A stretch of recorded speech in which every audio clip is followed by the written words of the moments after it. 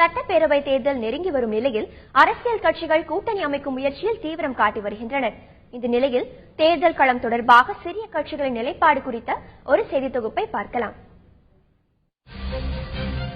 அதிமுக ஆட்சி மீண்டும் அமைய இந்திய குடியரசுக் கட்சி பாடுபடும் என்று அக்கட்சியின் பொதுச் செயலாளரும் சட்டப்பேரவை உறுப்பினருமான சேக்கு தமிழரசன் தெரிவித்துள்ளார். அம்பேத்கரின் 59வது நினைவு தினத்தையொட்டி காஞ்சிபுரத்தில் நடைபெற்ற நிகழ்ச்சியில் கலந்து கொண்டு பேசிய அவர், தலித் மக்களுக்கு எதிரான கட்சி திமுக என்று குறிப்பிட்டார்.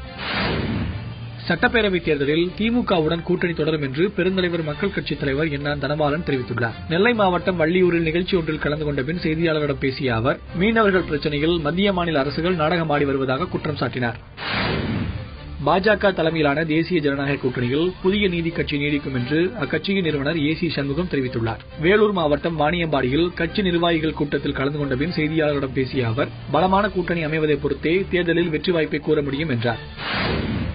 சட்டப்பேரவைத் தேர்தலில் அதிக இடங்கள் ஒதுக்கும் கட்சியுடன் கூட்டணி அமைக்கப்படும் என்று மனிதநேய மக்கள் கட்சியின் மற்றொரு பிரிவாக செயல்படும் தமீமுன் அன்சாரி தெரிவித்துள்ளார். சென்னை அடுத்த மேடவாக்கத்தில் நிகழ்ச்சி ஒன்றில் கலந்து கொண்டு பேசிய அவர், கூட்டணி தொடர்பாக அடுத்த வாரம் பேச்சுவார்த்தை தொடங்கப்படும் என்றார்.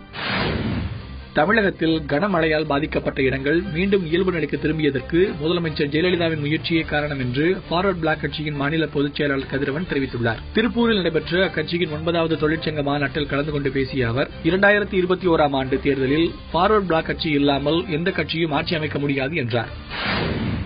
இந்திய ஜனநாயக கட்சி நிர்வாகிகளின் கருத்தை அறிந்த பின் கூட்டணி குறித்து முடிவெடுக்கப்படும் என்று அக்கட்சியின் துணைத் தலைவர் ரவி பச்சமுத்து தெரிவித்துள்ளார். கன்னியாகுமரி மாவட்டம் நாகர்கோவிலில் நடைபெற்ற கட்சியின் செயல்வீரர்கள் கூட்டத்தில் கலந்து கொண்ட பின் செய்தியாளர்களிடம் பேசிய அவர், தேசிய ஜனநாயக கூட்டணியில் தற்போது ஐஜேகே அங்கம் வகிப்பதாக தெரிவித்தார்.